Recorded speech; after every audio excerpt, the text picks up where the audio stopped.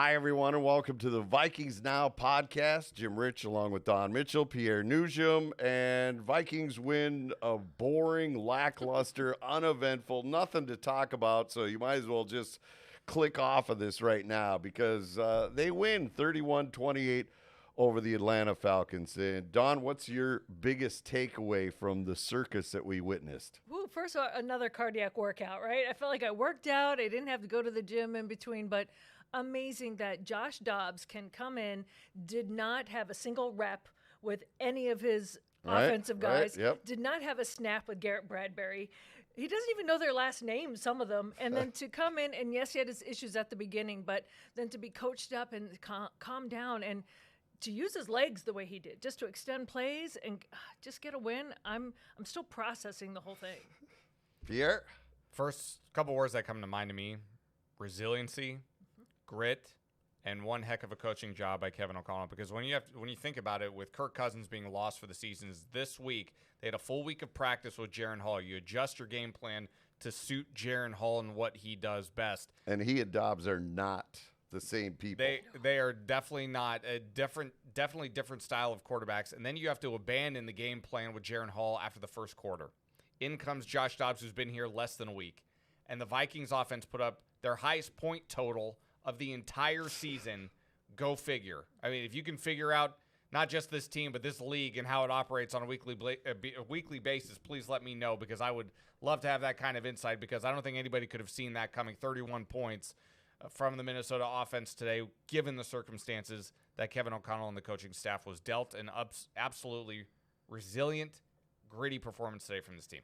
And I think if I'm an NFL player right now, I am going to say, we are done with OTAs. We're done with organized team activities. I'm done with mini camps. I'm done with training camp. Just start us a week before we go, and let's go. Because Dobbs, all right, you know, Don, you talked to him in the locker room this week. He said he's a rocket scientist. Obviously, he was able to process this at rocket-like speed to figure it out. But that's the most amazing thing, is that I don't think he had a false start. I don't think they were lined up incorrectly for a snap. They didn't have to take a timeout looking around going, whoa, whoa, whoa, this is not right. It's pretty amazing what this kid – he's not a kid, though. He's 27, but a kid as far as his NFL experience goes – pulled off here today. You know, what he was saying afterwards is that the communication was key. He said, I was telling them what I was seeing, and they were saying what I could do better. And so, yes, he's a rocket scientist, and he said this isn't engineering, but to process information quickly. And not just to, like he said, spit it back out, but to process it and be like, how do I use this? How do I apply it? And so, yes, we all thought the game was toast when he was sacked for a safety. And we're like, this thing is going down the tubes. You're thinking like, boy, what a trade this was. Like, what is going on? I just put frying pan meet fire. And then, but again, you could see that he was quickly processing and getting back into the flow. And then the communication was key. Yeah, absolutely. So, and, you know, it wasn't without its flaws.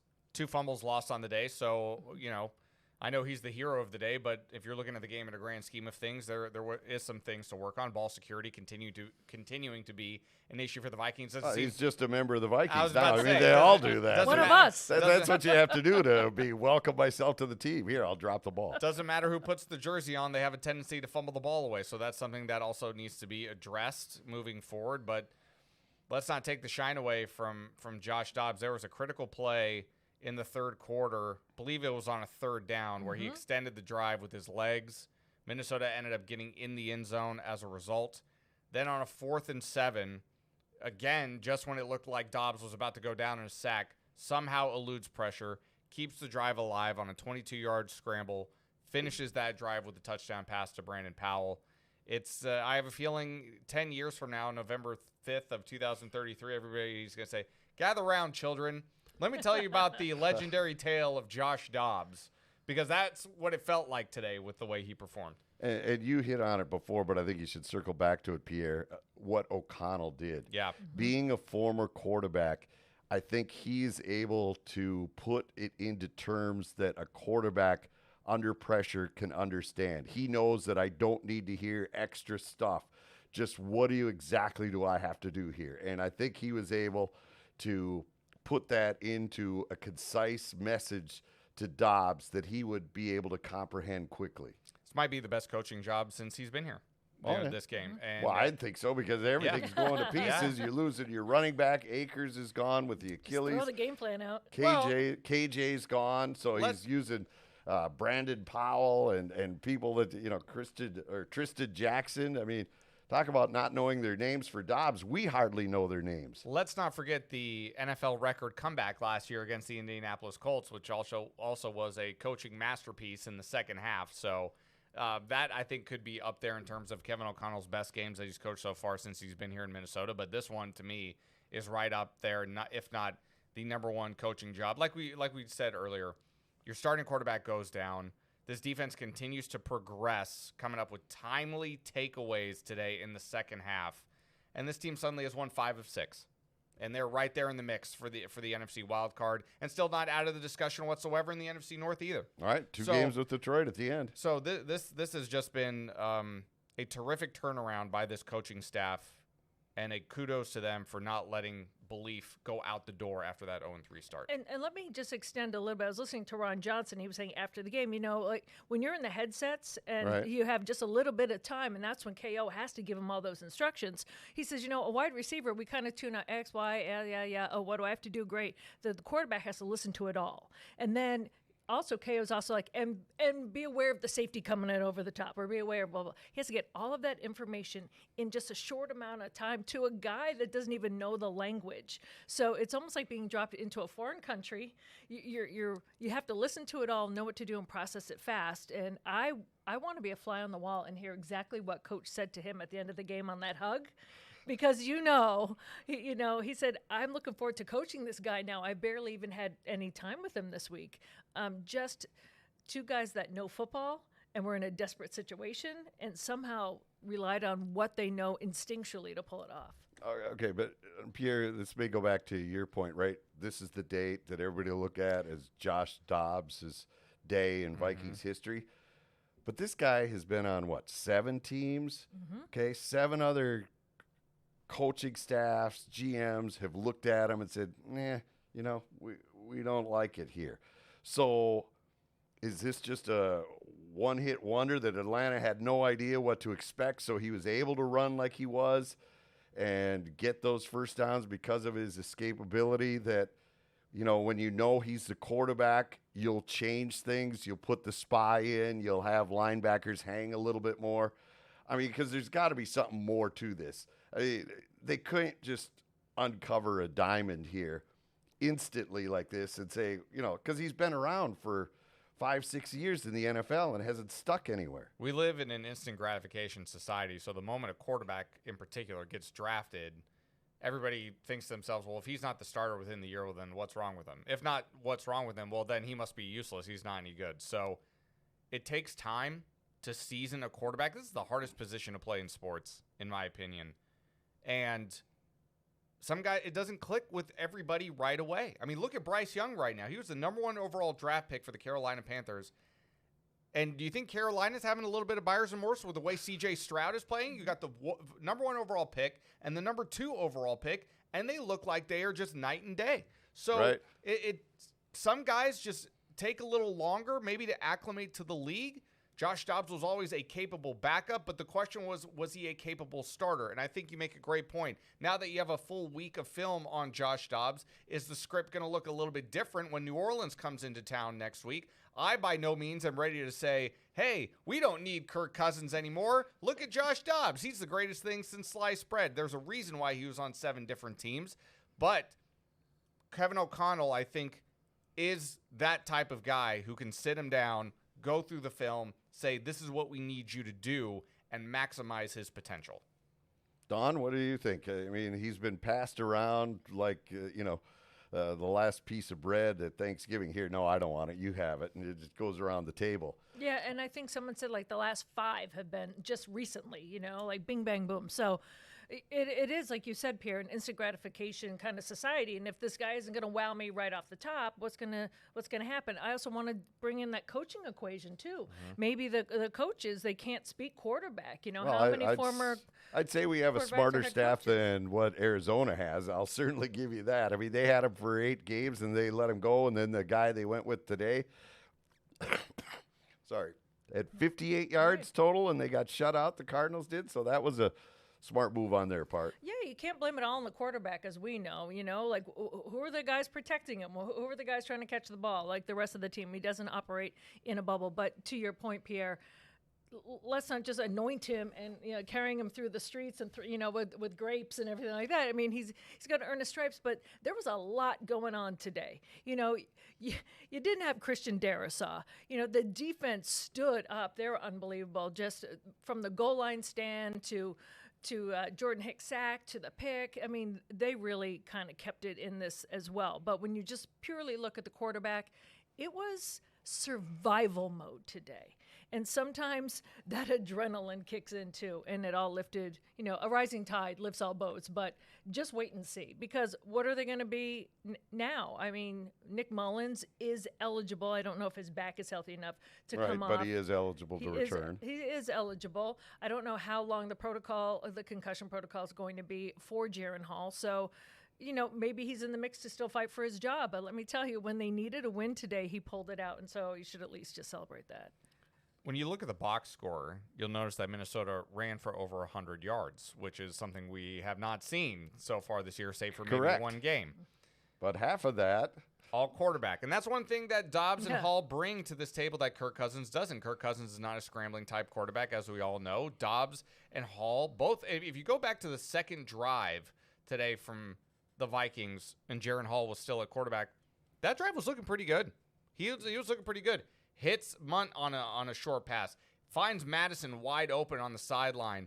I thought Hall was doing a nice job on that second series before he had to leave the game with injury. And in this league, having a quarterback that can extend plays with his legs is a luxury, and you saw it on multiple occasions today with Josh Dobbs. So that's another element that maybe that generates the run game a little bit. Now that you have a quarterback who's a threat to run a little bit. Cam Akers leaves with injury. He's probably lost for the year. Alexander Madison, once again, averaging less than 3 yards a carry. So how does this running game we've asked this question 9 weeks in a row now.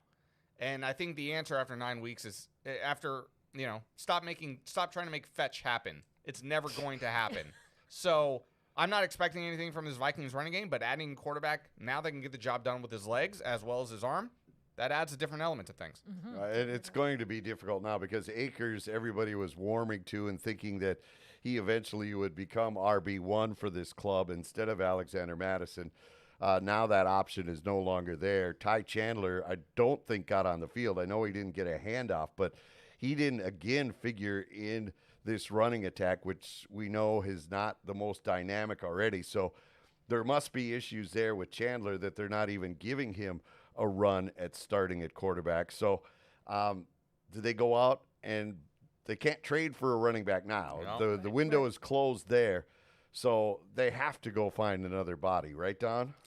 Well, you have to. Is it going to be a quarterback or is it going to be a running back or what are you going to do? Wide receiver, they at least seem to be deep enough. Even I don't know and how Justin long is supposed to be available this week too. Justin's going to be available. We'll see where he's at though. But you bring up Ty Chandler. I mean, Kene Nwangwu, he still has injury issues. So right when you thought it was one of the deepest positions going into the season, right. It's again shallow again. So I don't know. That's going to be for the guys upstairs to kind of feel like, what do we go for? The trade deadline is over, but is there any way that we can move someone, or what can you do? Adrian Peterson's still out there. AP, he wants to come back. Hey, why not? Right? Yeah. I mean, why? Does anybody think that AP can't average 2.8 yards a carry in a game right now? No. I mean, he would throw the first guy out of the way. Yeah, just fall forward and get two. I mean, still to this day, I'll never forget when I shook Adrian Peterson's hand for the first time, and my hand turned into oatmeal. Like the man is just so strong. I think the Vikings are probably good. They'll look at the waiver wire. They'll see what type of tailbacks are out and available right now to add a little bit of depth. But I think Ty Chandler has an opportunity now to step up and show what he can do, playing behind two guys who are, some pretty good backs, even though Alexander Mattison hasn't had the best of seasons. But I think Ty Chandler is going to get a look. Mm-hmm. But I also think that Kwesi's probably scouring the waiver wire right now and seeing who could be out there to just bolster a little bit of depth. But yeah, Ahmad said they were in the press box today, and in Atlanta, the GM was right above them. So he was saying that as soon as Jaren Hall went down, they were looking right back up to Kwesi, and he was just, like you said, burning through the phone again, like, oh, God, now what am I going to have to find? And then you have KJ Osborne, although it looked like he was good once he was heading off, but he really got racked and had the helmet come off, and they took him out for protection for the concussion. But still, you've got some issues. And for everybody that dumped on TJ Hockenson for all the drops earlier, he certainly stood up today and made some critical catches and took some massive shots to the ribs. Don, he was worth his salary today. 7 catches, 69 yards. And a lot of them were on third down. Yeah, and he almost had the one that guy punched out too. I mean, he really took it to the next level after all of those drops where we thought maybe he had the yips earlier in the year. He really settled down, and he's really claimed that this is gonna be a physical game. We know it. So he really came through today. Really set up some nice yardage. I also was interested in seeing how Addison handled that, the additional physicality, if you will. I know that he was kind of put in a tough situation with that catch right at the goal line, or close to the goal line, where it looked like I think he should have caught the ball, but it was only because I got to see the slow motion replay, right. But when you see TJ's learned over the years that he's going to take those hits and hold on to the ball. And sometimes they're punched out, sometimes they're not. But I really liked how he stepped up today to kind of show that he could kind of do it. He could be the guy still. No? No, yeah, I would agree. He looked like... You looked all queued up, ready to go. I was just going to let you go. No, I'm sorry. But I can address you and introduce you formally if you like. And now here is Pierre Nugent's take. Pierre, go ahead. No, I don't have on the tight ends. I don't have any. Johnny Munt had a good catch today. I have no issue. I have no issue with how the pass catchers played today. All of them, wide receivers, tight end. I don't have any issue whatsoever. All right, let's go this way then. Well, the one thing you got something? The one thing I was just going to add too is on top of Justin Jefferson, you mentioned Kwesi burning through his phone at quarterback. Nick Mullins could possibly come off IR as well. Yep. So that adds another wrinkle into the mix in the quarterback room. But if he doesn't, what do they do? Well, if it depends on if Jaren Hall clears concussion protocol. Correct. That's what. He just has to go through the 5 steps, and there's no time on that, right? Right. Yeah, so a lot of juggling. All right, so let's go with Dobbs next week as a starter against New Orleans. Is this team actually now as good as their record? Because when they were rotten early, everybody was saying, well, geez, they kept beating themselves. They're actually a good team. So is that good team now emerging through the forest of self-inflicted wounds? And this actually is a playoff team, that this Vikings team can actually get to the postseason? Pierre, I'll cue it up for you. Well, I keep wondering, what would this team look like with Kirk Cousins now moving forward? That's what kind of just sticks in my brain. But to answer your question, yeah, I think this team is good. I'm not going to call them great. I'm looking at the rest of the schedule the rest of the way. I see 2 games against Detroit, and I see 1 game against Cincinnati. And everything after that, I'm thinking to myself, there's no reason why Minnesota shouldn't win these games on their schedule. Now, they can also, beat Detroit and Cincinnati. That's not what I'm trying to say. Right. But those are going to be difficult games. 2 of those games are on the road. Yeah, 2 of those games are on the road. So is there a pathway suddenly to 10 wins for Minnesota after an 0-3 start? If you look at the schedule the rest of the way, and God forbid there are any more injuries around here, because Lord knows this team doesn't need any more of that. They're coming. I can't believe I'm sitting here saying that there is a potential possibility that the Minnesota Vikings could win 10 games by the end of the year. That's what I mean. That's what's so crazy about the season. And you're seeing teams that you thought were going to be good not so good in the NFC right Yeah. now. Yes. And, a lot of those teams are in the NFC South. Correct. Falcons, New Orleans is coming in next week. I know they had the opening week loss against Tampa Bay. But they struggled with the Bears. I mean, they barely beat the Bears. They won by, Yeah. 7. Washington did win today. So when you look at the bottom of the NFC, there's a lot of jockeying for position, but Minnesota's right there in the mix. If the season ended today, they would be in the postseason, and that makes next week's game against New Orleans even bigger because both those teams are now 5-4 and are vying for a playoff spot. I'm still exhaling from today. Okay, let's Well, be these honest. The people Atlanta wanna know. Falcons are not a great team. The people watching want to know where we're going here. Right. This is our job to pontificate. Well, let me tell you, was it a feel-good win? Was it great? Yes, that they came through all this adversity. But let me tell you, Atlanta is not a good team. They did not play well. Taylor Heineke did not play well. Their defense didn't at many times. So I wouldn't say, yay, this is going to be our torch that we're picking up and we're going to take it the rest of the way because we don't know. I think it was survival mode, and a lot of guys played great. Now, to your point, Pierre, I would love to see what Kirk Cousins can do. Now that this defense is steamrolling, I am concerned about Cam Akers. I'm concerned about the running game. Yes, it does help that a quarterback, both Jaren Hall and Dobbs, are running quarterbacks. They're very mobile. But for me, there's so many question marks. Like, is Christian Darrisaw going to be out for a long time up front? Right. So And then he traded away Cleveland. I mean, Traded not the away same Cleveland. position, but your offensive line has not been a place where, we have so many people, and then to trade away a guy, you're like, really? That surprised me. I understand Once they he's a brought free Reisner agent at in, the end of the year. Yeah, and Dalton Reiser's been great, but like these guys get hurt. They have a tendency to get nicked up on that line. I thought the line played all right today, though. Oh, yeah. Even Yeah, without they did, Darrisaw. I but thought the line Well, played because okay you got a today. quarterback that can get away That from helps. everybody. They can run away. Because And if that was Houdini. Cousins, he Right. would have been down on the ground numerous times. He would not have converted that run where was Sure. it? Fourth Right up and the whatever, sideline, third right. and 18 or 16 or whatever. And we were still like, wow, what did I just see? Right. Well, you can't play Houdini or and your escape fourth every and seventh time. Pierre. So Yeah. I have tempered optimism. If Kirk was still there, I'm like, wow, this looks like a pretty easy kind of run of the schedule. But Okay. right now, I'm not sure. All right, here, I'll make it easier for you. Team is better than the Vikings or not better than the Vikings? Philadelphia. Yes. Yes. Okay. Detroit. Yes. Yes. Dallas. Yes. Yes. New Orleans. Even maybe. But considering with injuries, not sure. I say they're worse than the Vikings. I think Okay. I think they're slightly better only because of the quarterback situation. I know, don't get on me, Dobbs family watching, but Yes, they are. They're streaming this right now. Slightly. I would think I would take New Orleans just barely ahead of Okay, Minnesota. Dallas. Yeah, Dallas. Right. I'd say yes. San Francisco. Yes. Yeah. I think by the end of the season, San Francisco will be better. Yes. All right. And Seattle. Seattle, they got killed today. They got Yeah. dismantled by Baltimore. That's your That- other I one. think the I think- Vikings are better than That I think is right there. That's where the bar. Okay. You know. All right. So Atlanta's out of the way, right? We Yeah. agree Yeah. they're down. Tampa, Yes. nothing there. Green Bay, no. Washington probably Washington, Washington. 4-5. Right.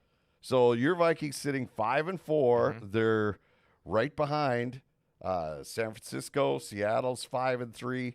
So those teams still, they're right there. Yeah. So they have 5 wins, which is the same as Dallas, which is third in the conference right now. If this is the beginning point for Josh Dobbs, and like we're just seeing the very beginning, and he's going to improve, and they're going to gel more, absolutely. I say, hey, this. I think they they're the can make a 5th run best for it. team in the division, in the conference. Josh Dobbs had some good games in Arizona this season. He had some games that he wasn't so great. Right. So I think that this is the roller coaster ride that you ride with him, and right now it's on an upward trajectory. Who knows what it's going to look like next week with New Orleans?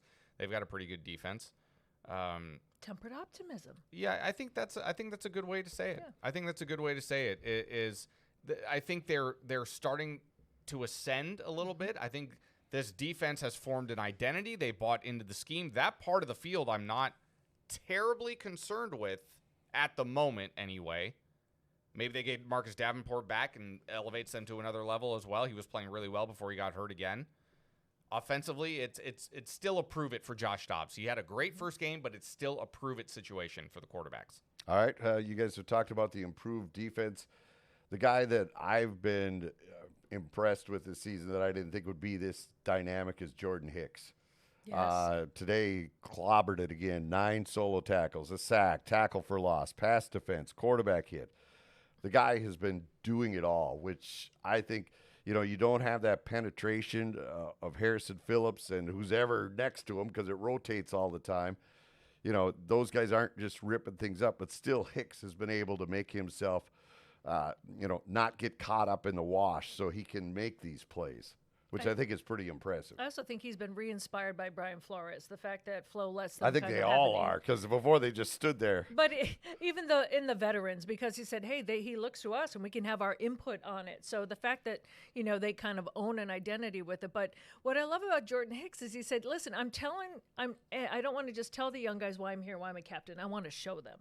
So he's been kind of re-inspired to show what he can do. And the fact that he's being listened to by the defensive coordinator and he can take it the next step. And then I'm like, physically, I think he's at his peak, that the best I've seen him play in his career. So when a guy is energized like that and he's pulling off a sack and 11 total tackles, and the week before it's a pick, I just think that that's great momentum, and he's having one of the best seasons I've seen. Eric Kendricks did a lot here in Minnesota. A lot. One of the better linebackers this franchise has probably ever seen. He walks out the door in the offseason. Jordan Hicks has been, I know a lot of people will probably say Harrison Smith is the heart and soul of that defense, and for good reason. But to me, Jordan Hicks just has a calming, stabilizing presence in the locker room. Guys look to him to lead, and he leads by example, and he is all over that football field. Yeah. He is just, everywhere you turn, you see 58 in on a tackle, in on a pass breakup, just everywhere. Jordan Hicks has been nothing short of terrific this year. And I don't know where this Vikings defense would be without him. I really don't. No, there's The no Green doubt Dot about what they've done. communication's been fantastic. Yeah, so, all right. So this Vikings team is sitting in a unique spot right now. And really, it's the first point that we brought up, is what Dobbs did today what we can expect the rest of the year, or was this gotcha moment for that Falcons defense that, we really don't know anything about this guy? Who knew he was this fast? Who knew he was this elusive? We know he can throw the ball, but when he moved around like that, it gave him so much more time. It changed the look of things. And every defensive back will tell you, you want to cover a guy for 3 seconds. After that, it's terrible for the defenders. So can this Dobbs mania continue next week against the Saints? I think it can. I think it can with a full week of practice, too. I think it can. A potential return of Justin Jefferson is only going to make Josh Dobbs a better quarterback on top of it, too. And this will get JJ off the bench quick, too. Yeah. Because he'll go, wait a minute, I like this. Yeah, no doubt about it. There is no doubt about it. So, yes, I think it can. And, I know that we'll probably talk about the Saints game in just a second, but short answer, yes, I think it can. At least next week. Long term, still waiting and seeing. Like, can you imagine if the guy knows that he's starting and he's not just kind of thrown into the deep end and left to figure it out in a crucial situation, kind of a triage situation today? All right. Yes, I look forward to seeing what he can do with even knowing all the guys' names that he's actually playing with. And I really love, though, what Kevin O'Connell said at the end of the game. He says, it was a perfect example of do for the guy next to you, whether you've known him 10 minutes or a couple of days or whether you've known him 12 years like Harrison Smith. So hopefully he can feed off what this locker room is giving him as well. And again, when Pierre said at the beginning of the show, Kevin O'Connell and his coaching, and just give him a week with this guy, I'm looking forward to see what comes out. Yeah, it's just amazing what laundry does, right? You put on the same piece of laundry that I'm wearing, and you're my favorite guy. Before, they could walk by Dobbs at the airport, no clue who he is, who cares? Now they just love this kid. It's the beauty of sport. All right, Saints, you wanna take a stab at it? You kind of alluded to the fact that you may have something you want to throw out about the New Orleans Saints next week here at US Bank Stadium. Play hard-nosed defense.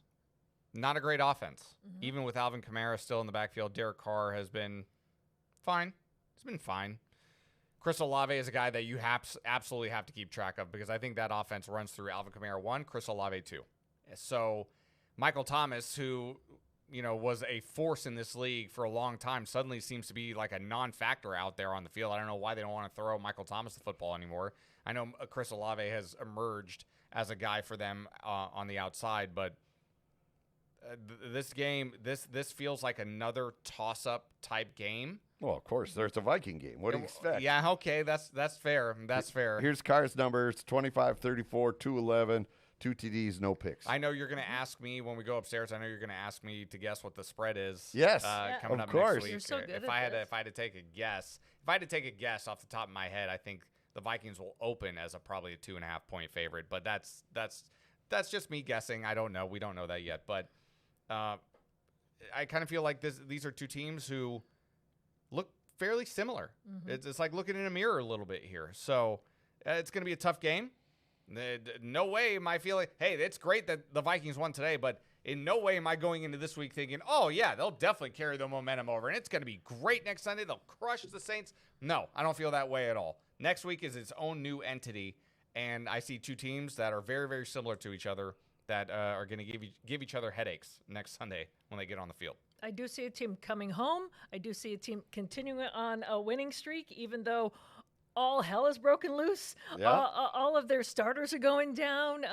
They come out wearing Kirk Cousins T-shirts. Who knows what they're going to wear next week? Is it going to be Dobbs and Cousins? I mean, I don't know what's going to be on there.